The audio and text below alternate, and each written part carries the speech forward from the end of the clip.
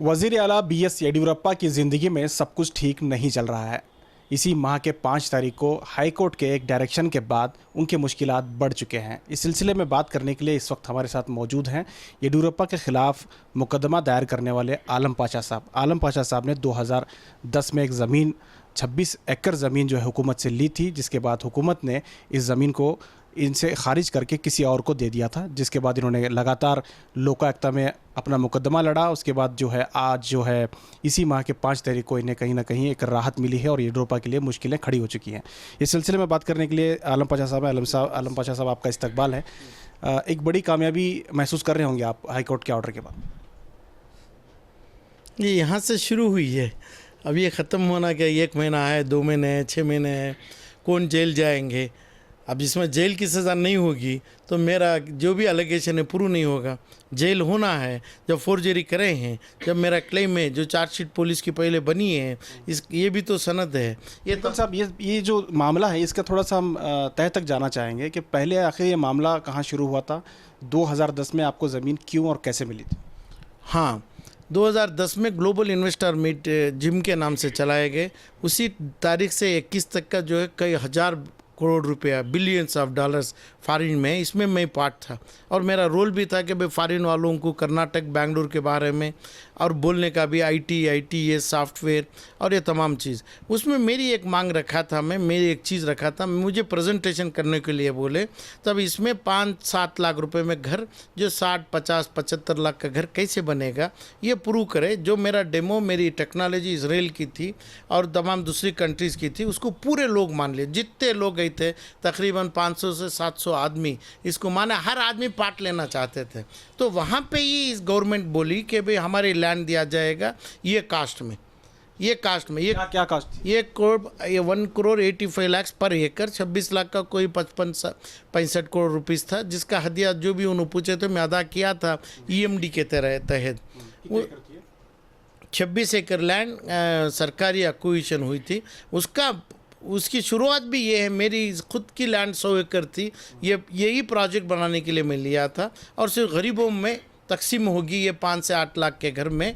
आदमी एकदम जो आज के तहत 75 लाख के घर में जी रहा है, इसी अंदाज से पूरी लग्जरी, लैविशनेस, यानी लाइट वेट और लॉन्ग ड्यूरेबिलिटी का घर बनाने का था हमारा। इसलिए कि यही प्रपोजल को, यही चीज़ को, ये ह्यूमैनिटी प्रपोजल के नाम से कंसिडर करते हुए दूसरे कंट्रीज़ भी उसको मदद किए, यानी इंटरेस्ट बताए थे। इजराइल की टेक्नोलॉजी और टर्की की थी इसमें, और ये चीज़ के लिए किए इन्हों माने थे। और मान के जब इसके बाद जो पर्सनल मीटिंग्स में मैं अटेंड नहीं कर पाया, 1-2 मिनिस्टर जो इसमें थे उस टाइम पे, तो ये लोग अपने आप क्या कर दिए, जो फोर्स कर दिए टाइटल, मेरा जो जियो है ये जियो को निकालना है, अदरवाइज़ मेरी company past pace international limited के नाम से ही रहेगा। वो कंपनी के नाम से जियो हो गया था, जैसा रजिस्ट्रेशन हो गया था। तो उसको निकालने के लिए मेरे से एक लेटर लेना है कंपनी से, ये सिग्नेचर नीचे रख के स्कैन करके पूरा अपने को पूरा जो चाहिए पूरा लिख लेके, तो ये कंपनी इसको ये प्रोजेक्ट नहीं करेंगे, मेरे पास इतना पैसा मैं आपको नहीं दूंगा और मैं नहीं कर पाता हूँ ये चीज़, आप कर लो जो चाहिए, अभी सरकार को मैं वापस दे रहा हूँ ये लैंड, मेरा जियो कैंसिल कर दो। इस कैंसिलेशन कर दिए, जिस पे BS येडियुरप्पा, निरानी और बालीकर, ऐसा 4 जो बड़े गवर्नमेंट के उस दिन मुखिया थे उन्होंने किए, मगर कैबिनेट में रखे थे सरकारी पूरी मंत्रियों के सामने रख के डिस्कस करके बाद इन्हों सिग्नेटरी थे, इन्हों कर दिया। मगर जिम्मेदार पूरी कैबिनेट, पूरे MLAs, पूरे मिनिस्टर्स नहीं थे, सिग्नेटरी यही थे। तो इसलिए ये पता चला कि कैबिनेट के सामने रखा क्या नहीं रखा पता नहीं। सर ये जो प्रोजेक्ट था ये गरीबों की मदद के लिए आपने बनाया था, आपका अपना प्रोजेक्ट था, आपने ग्लोबल मीट में इसको रखा और ये बताया कि 7-8 लाख में मकान मिल जाएगा, क्योंकि बेंगलुरु जैसे शहर में 50 लाख से कम कीमत का जगह जो है ज़मीन के साथ मिलना बहुत मुश्किल है। तो इस प्रोजेक्ट को सब लोगों ने सराहा और आपको हुकूमत ने भी येडियुरप्पा ने अवार्ड किया था, इस ज़मीन को अलॉट किया था, 26 एकड़ ज़मीन को। उसके बाद आप 1-2 मीटिंग में शामिल नहीं हुए, उसके बाद ये ज़मीन को पर्सनल मीटिंग में शामिल नहीं हुए। उसके बाद इस ज़मीन के लिए आपका कहना ये था कि आप गलत जो है फर्जरी करके, आपकी साइन का गलत इस्तेमाल करके उन्होंने जो है वो ज़मीन को वापस लेने की कोशिश की। उसके बाद क्या हुआ? बेशक उसको प्रूव भी कर दिए, जो पुलिस चार्जशीट में डाल दिए पूरे डॉक्यूमेंट के साथ। इसको क्वाश हो गया 2000 ये कंप्लेंट को 2013 में येडियूरप्पा जी हाई कोर्ट ऑनरेबल जस्टिस के सामने रखे। मेरे को गवर्नर जी परमिशन नहीं दिए, सैंक्शन देना मांगता। क्योंकि सीएम है तो सैंक्शन चाहिए। सैंक्शन चाहिए। सैंक्शन का मतलब सैंक्शन क्या है? इंक्वायरी हो सकती है, अरेस्ट हो सकता है, आप पुलिस को फेस कर सकते हैं, कोर्ट में जा सकते हैं, समन ले सकते हैं हाथ में। उसका नाम उस वक्त हंसराज भारद्वाज जो है गवर्नर थे, उन्होंने उनको सैंक्शन नहीं दिया। हाँ, वो आदमी था पक्का वो अपने हर चीज़ को भी वही करते। क्योंकि मैं भी 5-10 बार गया था। जैसा मैं मिल के आता हूँ उसके बाद ये लोग जाते हैं, ये लोगों की मीटिंग बुलाते हैं। इसमें मुझे अंडरस्टैंडिंग हो गया नहीं देते हैं करके, और मेरा हाथ नहीं देने हुआ। मगर जुल्म तो हुआ था, गुनहगारी तो हुई थी, फोर्जरी तो हुआ था। मगर ये चीज़ के उन्हें साइन करते हैं नहीं है, मेरा काम नहीं था।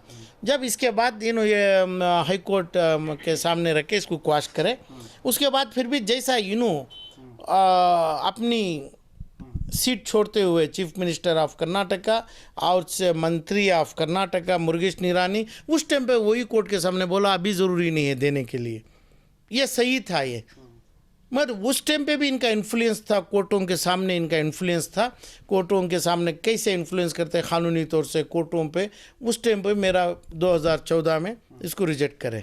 रिजेक्ट का मतलब डिसमिस करे, आप कोई लागू नहीं होता है, बगैर अभी भी सैंक्शन चाहिए। यानी कि आपका कहना है कि पहले आपने जब मुकदमा दायर किया था उस वक्त वो सीएम थे, गवर्नर की परमिशन नहीं मिली, इसलिए उनको मुकदमा चलाने रिजेक्ट हो गया लोकायुक्त कोर्ट में। उसके बाद 2014 में जब वो सीएम नहीं थे दोबारा आपने केस किया और उस वक्त भी रिजेक्ट हुआ। उस टाइम पे रिजेक्ट नहीं होना चाहिए था, रिजेक्ट करवाए। पहली बार जो रिजेक्ट हुआ उसका जेन्युइन रीजन था, दूसरी बार जो रिजेक्ट हुआ वो जेन्युइन रीजन नहीं। हाँ, उसको कर दिए। वो अभी मैं क्या भी नहीं कर पाता हूँ, बस सीधे ऑनरेबल हाई कोर्ट के सामने अपील, क्रिमिनल अपील डाला। वो अपील जो रिवीजन पिटिशन जो है पेंडिंग थी। पेंडिंग का मतलब 2014 से यानी 16 से 21 तक 5 साल पेंडिंग थी, आने ने नहीं दिए मामला। अभी बहुत लेट लगा जब जस्टिस माइकल कुन्हा के सामने आया, ऑनरेबल जस्टिस। अब उन्होंने बहुत ही गंभीरता से ये देख के इसको पढ़े करके यानी कोई एक डेट 5 तारीख जनवरी 2021 में ऑर्डर ऐलान करे कि भाई जो कोर्ट नहीं ली है यानी लोकायुक्त कोर्ट उसी डेट में लेना चाहिए था। उसी डेट से जैसा कोर्ट केस लेके इंक्वायरी होना चाहिए उसी तरीके पे आज इस डेट में होगी। यानी अभी जो चीफ मिनिस्टर हैं और जो भी हैं उसको इसको संबंध नहीं है, परमिशन नहीं चाहिए। ना उस टाइम के गवर्नर का परमिशन चाहिए था, ना उसके रिक्वायरमेंट के तहत जो डिसमिसल हुआ ना वो सही था, ना आज के गवर्नर के पास का सैंक्शन चाहिए जो सेक्शन कोट करे प्रिवेंशन ऑफ करप्शन एक्ट में 95 sub section 1 and 197 sub section 7 में, ये दोनों कानून में ज़रूरी नहीं है। तो इसलिए तुरंत इसको रेस्टोर करके हमें कोर्ट को भेजेंगे और ये फेस करेंगे इंक्वायरी। कंप्लेंट जैसा ही दिया है ये कंप्लेंट सही है, मेंटेनेबल का मतलब चलेगी उसके ऊपर, मेंटेनेबल जब होगी उसके ऊपर कॉग्निजेंस लेते हैं। कॉग्निजेंस का मतलब क्या है, तब कॉग्निजेंस के बाद अक्यूज़ बनता है, यानी सही अक्यूज़ के नाम से, मुजरिम के नाम से कहला जाते हैं, उनके ऊपर समन भी इशू किया जाता है। तो अभी ये देखेंगे कि भाई समन अभी देते हैं यानी ये येडियूरप्पा जी को और निरानी को अभी देते हैं क्या, नहीं हमारी फिर भी अर्जी लेके देते हैं क्या, हाई कोर्ट से जैसा जजमेंट आता हुआ अभी ये रेस्पेक्टेड लर्नेड लोकायुक्त जज के ऊपर क्या होता है चंद दिनों में मालूम होगा।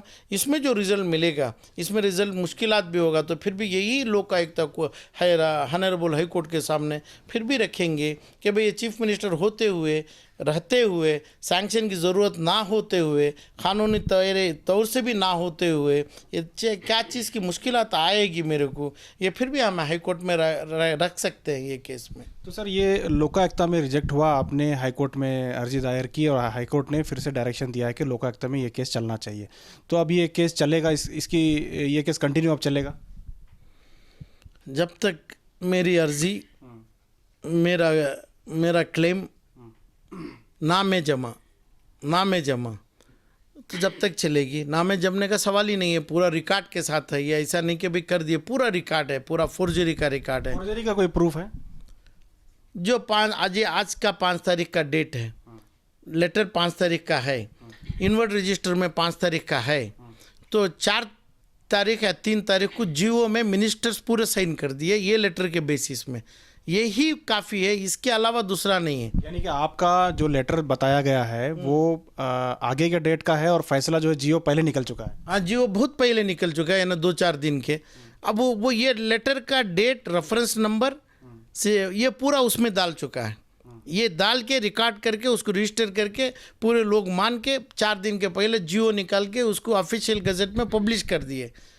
मगर जब वो लेटर यानी एकदम डाउटफुल से मैं ये जब चीज़ों निकाला था, मैं यानी पुलिस को भी मदद करने का था मेरे को, देन पुलिस से भी और मेरे से भी पता चला तो लेटर का डेट 4 दिन के बाद है। ये डेट 4 दिन के पहले डाल के ऑफिशियल गजट में पब्लिकेशन हो गया। तो इस अंदाज से ये जो फोर्ज्ड करके वो साबित हो सकता है। जो भी है, मेरी लैंड गया, मेरा प्रोजेक्ट गया, मेरे को मुश्किल आया और क़ानूनी कोई खटखटे पे मुझे खड़ाने की ज़रूरत भी नहीं कर पाया मैं। अभी इस डेट से अभी क्या होता है सभी सही होगा, यानी क़ानून के रास्ते पे ही होगा। और जो भी होने से जो ऑर्डर ये दिए हैं हमें, यही ऑर्डर के सीधे इसके ही साथ यही है रेस्पेक्टेड हाई कोर्ट के सामने ही रखेंगे। इसमें मुश्किल आ रही है, इसमें इन चीफ मिनिस्टर होते हुए मुश्किल आ रही है, इनकी गवर्नमेंट से मुश्किल आ रही है। ये मुश्किल को दूर कैसा करें, मेरे को इंसाफ फिर कैसा मिले, इनको गुनाह की सज़ा कैसा मिले और मेरी ज़मीन कैसा मेरे को अलॉटमेंट हो। मगर जब तक ये भी मुश्किल है, जब तक इनका गुनाह साबित नहीं होता है, मेरे को ज़मीन मिलना मुश्किल है। सर वो कितनी ज़मीन थी और ये अब ज़मीन का स्टेटस क्या है? ये ज़मीन का स्टेटस तो 4 बिल्डरों में बांट लिए, सालारपुरिया, सिम्फोनी और अपना जो भी है प्रेस्टीज बिल्डर्स, पुरवंकारा, मंत्री, ऐसे 2 और भी एक मिनिस्टर की एक कंपनी बनाएगी। मिनिस्टर की एक कंपनी थी जो निरानी की अपनी सीएम में कंपनी बने थे, वो कंपनी के नाम से भी पूरों को थोड़ी थोड़ी ज़मीन बांट दी है उन्होंने, और उन्होंने बिल्डिंग्स भी बना लिया और उनके कब्जे में लैंड होगी। अभी ये अभी उधर का लैंड की निशानी भी नहीं है, जो मेरे को एरमार्क करके गजेट पब्लिकेशन करे थे, जो मैं फॉरेनर्स को बताया था, जिसके ऊपर आर्किटेक्ट प्लान बन चुका था, उसको निशानी भी नहीं मिलेगी अभी। तो सर क्या वो जो ख्वाब था आपका गरीबों के लिए जो मकान, कम कीमत में मकान बनाने का, क्या अभी आपका वो ख्वाब है? नहीं, कभी भी रहेगा, कभी भी गरीबों के लिए। अब इससे पहले गरीबों का ख्वाब आया तो 100 एकड़ लैंड मेरे खुद की कोशिश से किया था मैं, वो पूरी लैंड सरकार को अक्विजिशन में दे दिया। जब अक्वायर करते हैं ये पूरे प्रोजेक्ट को, उसमें से ही ये 26 एकड़ देने की मांग। जब पूछे तुम इतना कर रहे हैं क्यों नहीं कर सकते, मैं बोला ये लैंड अभी 100 एकड़ आप अक्वायर कर ली। तब वहाँ पे पूछा गया ये लैंड आपको वापस कितनी चाहिए, हम दे तो करते हैं क्या, तब उससे मंजूरी मेरी हुई। तब वही लैंड से जब मेरे लैंड को दिया गया 40 से 50 लाख रुपया एकड़ का, ये हमें 2 करोड़ रुपए तक का पैसा देने का मान लिए। यानी कि आपकी 100 एकड़ लैंड आपने एक्वायर कराई गवर्नमेंट को और उसमें से 26 एकड़ लैंड नहीं, वो अपने एयरपोर्ट के लिए उन्होंने एक्वायर करते हैं, हमें दे दिए। कानून को माना, कानून को कभी भी मानते हैं, जो हमें उसमें दखल नहीं दिए। तब गया हमारा ड्रीम गया गरीब, और ये प्रोजेक्ट मेरा विजन मेरे पॉकेट में रहा, चीज़ सरकार को गई तो मैं वो छोड़ दिया था। तब जब बोला ये मीटिंग में, ग्लोबल इन्वेस्टर मीटिंग में जब मेरे को बुलाए थे, जब मेरा पार्टिसिपेशन हुआ और मेरे नाम से कई 100 फॉरेनर्स भी आए थे इधर पे, तब ये जो चीज़ हुआ, जब मेरा प्रोजेक्ट बोलने से बोले इधर ही करो, आप एयरपोर्ट के पास करो, इसमें करो करके बातचीत होके करे थे। इसके बाद लोगों से जम के, बिल्डरों से जम के, अपने पॉलिटिकल गुरुओं से जम के, ये मेरा एक छोटा मोटा जो भी चीज़ है, एक अच्छी टेक्नोलॉजी उसको डाल के कीचड़ में डाल के गंदगी कर दिए और पैसा बनाने के चक्कर में ये काम करके उन्होंने अच्छे मुनाफे को, आज होगा 1 एकड़ की ज़मीन का 25-40 करोड़ रुपए, 5-6 हज़ार रुपये के ऊपर स्क्वायर फीट है। अब जब मेरी ज़मीन अक्वायर कर लिए 1 एकड़ 40 लाख हुआ। जब मेरे को ज़मीन बेचे थे 1 एकड़ ज़मीन 1 करोड़ 80 पर 5 लाख हुआ।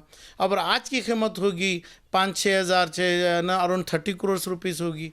30 करोड़ में आप समझो 30 एकड़ 500-600 करोड़ रुपए डाल के प्रोजेक्ट नहीं कर पाते। तो ड्रीम तो गया, क्योंकि वायबिलिटी तो नहीं रहती है, मगर ये हक गया। जो सही गरीब थे इसके हकदार, जो मेरे को भी मुनाफा आता, सिर्फ ये ज़मीन का पैसा आता, 10 पूरा काम मैं फ्री करता, तो ये गया। अब किसी भी हालत में आज के मोमेंट में यहाँ से 75 नहीं 500 किलोमीटर जाने से भी वो कीमत और जो ये एम्बिशन में जो प्रोजेक्ट ड्रीम हो सकता था उधर नहीं होता है, ये सक्सेस भी नहीं। इसके लिए ऐसी दूर 200-400 किलोमीटर में ये लैंड लेके यानी 70-80 किलोमीटर में ये टेक्नोलॉजी अप्लाई करेंगे तो उसका लागू भी नहीं होता था। ये जो टेक्नोलॉजी और ये अप्लाई करने वाले उसको मानेंगे भी नहीं, समझ गए। एकदम सही सिटी और जुरिस्डिक्शन बेंगलुरु रूरल में ये तमाम ग्रेडियंट्स के साथ ये प्रोजेक्ट करने का हमें पूरा पेश किए थे, अदरवाइज हो नहीं सकता। तो सर क्या आप 10 साल से यही केस लड़ रहे हैं? 10 साल से केस 4 बार आया है। 2016 के बाद 2021 में लगाते हैं इन्हों लगाते हैं। कभी भी जाओ 10 बार हमें जाएंगे, हमें अकेले उनके 50 एडवोकेट्स आएंगे, अभी भी आए। और उसके बाद भी दूसरे प्रोजेक्ट्स भी दूसरी चीज़ भी मैं इसके पीछे नहीं हूँ। और गरीबों के लिए जो मेरी नीयत थी वो नीयत इसमें रखा था, मैं उसमें वयाबुल थी, वो कर सकते थे। अब एक केस में मैं इन्वॉल्व हो गया। अभी समझो वो टाइम पे कास्ट मेरे को 300 रुपये में मैं कर सकता था, आज कास्ट 3000 रुपये होगा जो मैं सोचा पक्का। 3000 से कम आप लॉक एंड की नहीं हो सकता, यानी आपको जो बोलते हैं, आप समझो 1000 स्क्वायर फीट का 300 रुपये का तो 3 लाख रुपए में काम होता।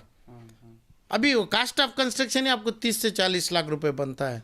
तो कास्ट ऑफ कंस्ट्रक्शन 30-40 लाख, तो लैंड कास्ट भी 10 से 15 लाख 20 लाख बनती है इतनी लैंड। तो ये तो पूरे कास्ट ही बनता है 50 लाख रुपए। उसके ऊपर 10 से 5 से 20 लाख मुनाफे के साथ 75 लाख को जाएगा। उस टाइम पे हो सकता था मुनाफे के साथ 6 लाख या 7 लाख में, ये पूरों के दिमाग में था। आज ये मुमकिन नहीं है, इसका मतलब? मुमकिन बेशक मुमकिन नहीं है।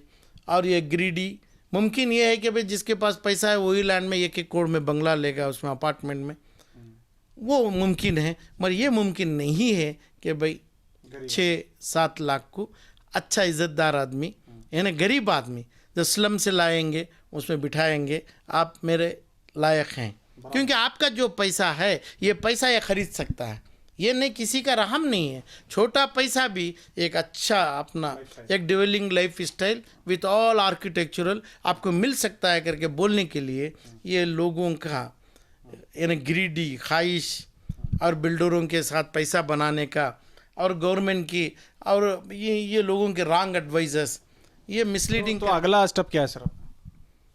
अगला स्टेप कोर्ट से इन्हों गलती किए मेरे को मालूम है, ये कोर्ट से हमें मालूम कराना है। इनको सज़ा होगी तो मेरा प्रोजेक्ट के लिए यानी जो सही प्रोजेक्ट किया, इन्हों गंदगी किए, इन्हों गोलमाल करे, इन्हों अपना फलांग किए, क्या अपना फोर्जरी किए, तब आएगा। तब एक केस का जजमेंट रखूँगा तो फिर दूसरी कोर्ट में दूंगा, ये किए मेरे को ऐसी लैंड दो, यही कास्ट में दो, तो दे भी नहीं पाते हैं। मगर जब तक ये डिस्प्रूव नहीं होगा, यानी प्रूव नहीं होगा, ये जब तक ना उनका क्लेम डिस्प्रूव नहीं होगा, मेरा क्लेम सरकार के साथ रख के मेरे पैसों के साथ यही पैसों में मैं प्रोजेक्ट बना सकता हूं करके लेने के लिए मुझे कानूनी तौर से रास्ते बहुत बंद हैं। आपने जो पैसे भरे थे उस ज़मीन के लिए, क्या वो पैसा आपको लौटा दिया गया था? नहीं, अभी जो भी बना हूँ मैं उधर ही है पैसा, नहीं वो पैसा लिया नहीं, मैं सिर्फ EMD बना। और EMD वो हर आदमी वही बनते हैं जो बना, और जो लैंड लिए हैं उन्हें भी पूरा पैसा अभी तक भी नहीं बन कर, जैसा उनका स्कीम रहता है इम्प्लीमेंटेशन का, वही स्टेज पे जैसा BDA का अलॉटमेंट होता है उसी तहत होता है। इसका मतलब क्या है, 40 लाख को लैंड लेते हैं, देते हैं 2 करोड़ रुपए कानून में। जब उनको मुनाफा है उसमें, जैसा एरिया डेवलप करे, रोड डेवलप करे, वाटर लाए या भी किए, वो टाइम पे ऐसा पैसा लेते हैं। एक ही टाइम में उन्हों भी नहीं लेते हैं क्योंकि it is not real estate company उनकी। ठीक है, बहुत बहुत शुक्रिया। ये थे आलम पाशा साहब जो सामाजिक कारकुन हैं और इनका कहना है कि ये लगातार इंसाफ के लिए लड़ते रहेंगे। अब चूँकि लगातार इनके लोकायुक्त में अर्जी खारिज होने के बाद हाई कोर्ट की तरफ से जो डायरेक्शन आया है उसमें कहीं ना कहीं एक तरह से इनकी एक छोटी कामयाबी भी है, और इसके बाद जो है इनका सफ़र और तेज़ होने वाला है, और वो लोकायुक्त कोर्ट में जो है लगातार हो सकता है कि केस चले। और उसके बाद इनका ये भी कहना है कि इनका जो प्रोजेक्ट था, जो ग्लोबल मीट हुई थी, उसमें ये सिर्फ मुनाफे के लिए ये प्रोजेक्ट नहीं ला रहे थे, बल्कि गरीब लोगों को फ़ायदा पहुंचाने और उनकी मदद के लिए उन्हें कम कीमत पर मकान अलॉट कराने के लिए भी ये इनका प्रोजेक्ट था। बहरहाल ये मुकदमा लगातार चल रहा है, अब देखना होगा कि आने वाले दिनों में हमें क्या इस मामले में नए अपडेट्स मिलते हैं। कैमरा पर्सन समीर के साथ शाहिद काजी, बेंगलुरु।